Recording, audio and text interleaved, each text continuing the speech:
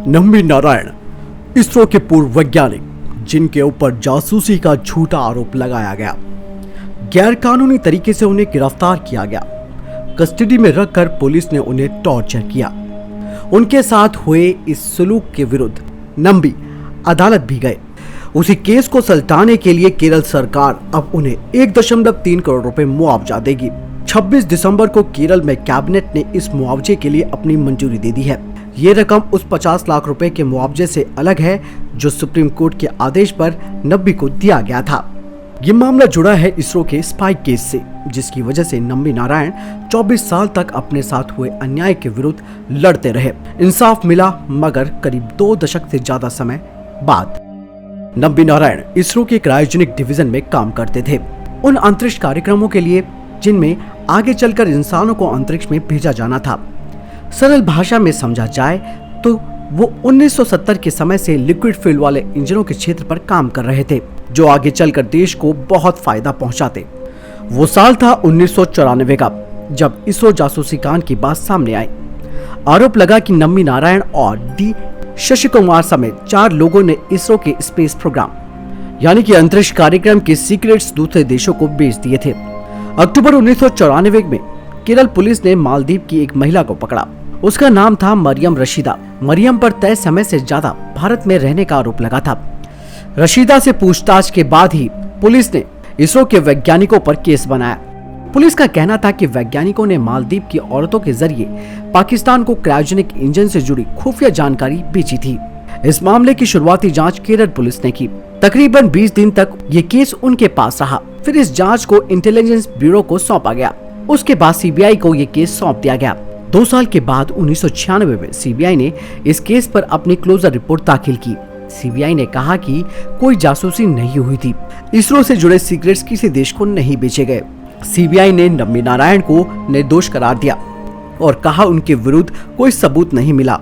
ऐसा कोई साक्ष्य नहीं मिला जो ये साबित कर सके कि मालदीव की उन महिलाओं ने नंबी को पैसे दिए थे। इतना ही नहीं, सीबीआई ने यह भी कहा कि आईबी ने गलत तरीके से जांच की। नंबी पर लगे आरोपों की अच्छी तरीके से तफ्तीश नहीं की गई। इस वजह से वैज्ञानिक की बहुत बदनामी हुई। नंबी नारायण और उनके साथी वैज्ञानिक निर्दोष तो साबित हुए, लेकिन उन्हें बहुत यातनाएं झेलनी पड़ी। जासूसी का इल्जाम लगना, पैसे लेकर राष्ट्र सुरक्षा से जुड़ी चीजें दूसरे देशों को बेचने का आरोप, उनके लिए ये एक तकलीफ देने वाली बात थी। समाज, संस्थान, हर जगह पर उन्हें अपमान झेलना पड़ा। उनकी मानसिक स्थिति क्या रही होगी, उन पर क्या कुछ बीती होगी, इसकी बस कल्पना की जा सकती है। बाद के वर्षों में इस केस की जांच करने वाले पुलिस अधिकारियों पर कार्रवाई की खूब मांग हुई, जिसमें कहा गया कि जांच होनी चाहिए। मगर ये जो मांगे थी, उनके पीछे राजनीतिक एंगल था और मांग कर रहे थे के मुरलीधरन, जो कि 1994 में मुख्यमंत्री रहे के करुणाकर के बेटे थे। इस केस की वजह से करुणाकर को सीएम का पद छोड़ना पड़ा और उनके बाद के एंटनी मुख्यमंत्री बने थे। बाद में ये भी आरोप लगे कि जासूसी के मामले की जांच कर रहे कुछ ऑफिसरों ने जानबूझकर ऐसे हालात बनाए कि करुणाकर को हटना पड़ा। आपको बता दें कि नंबी नारायण पर गलत आरोप लगाए गए थे। उनकी गिरफ्तारी गैरकानूनी मानी गई, मगर निर्दोष पाए जाने के बाद नंबी का नाम डूब चुका था। उन्हें और उनके साथियों को करीबन 50 दिन तक जेल में रहना पड़ा था। ये कोई सामान्य सी बात नहीं थी। किसी निर्दोष का जीवन बर्बाद कर देना, इस बात को भूला नहीं जा सकता। कम से कम इसका हर्जाना तो देना बनता है। और ये मामला पहुंचा अदालत में। साल 1998 में सुप्रीम कोर्ट का फैसला आया। उन्होंने नंबी और बाकी के लोगों को 1-1 लाख रुपए मुआवजा दिए जाने का निर्देश दिया, लेकिन नंबी इससे संतुष्ट नहीं थे। जो दिमागी उत्पीड़न उन्होंने सहा था, उसके लिए वो और हर्जाना चाहते थे। नंबी पहुंचे राष्ट्रीय मानव अधिकार आयोग यानी कि NHRC के पास। NHRC ने 10 लाख रुपए मुआवजा देने का आदेश दिया। नंबी को यह भी कम लगा। वो सुप्रीम कोर्ट गए और इस बार अदालत ने उन्हें 50 लाख रुपए का मुआवजा दिया। नंबी नारायण का कहना था कि उन्हें फंसाया गया। अमेरिका की खुफिया एजेंसी CIA ने पुलिस और इंटेलिजेंस ऑफिसरों की मदद से उन्हें फंसाया।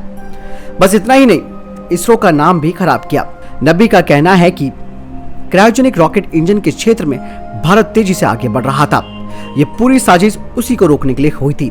नंबी नारायण ने केरल के पूर्व DGP CB मैथ्यू और बाकी अफसरों के खिलाफ कार्रवाई की मांग की है।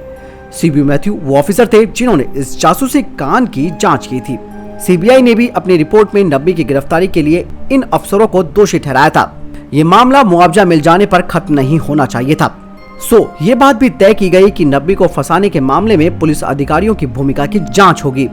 इसके लिए एक न्यायिक कमेटी का गठन किया गया। तो दोस्तों, आपने जाने कि किस तरीके से एक वैज्ञानिक को जानबूझकर फंसाया गया, उसके ऊपर झूठे आरोप लगाए गए और उसे जासूस बना दिया गया। आपको क्या लगता है इस पूरे घटनाक्रम के बारे में? आप कमेंट सेक्शन में लिखकर जरूर बताएं। मिलता हूं नए वीडियो के साथ, तब तक के लिए इस चैनल को सब्सक्राइब करना ना भूलिएगा। नमस्कार।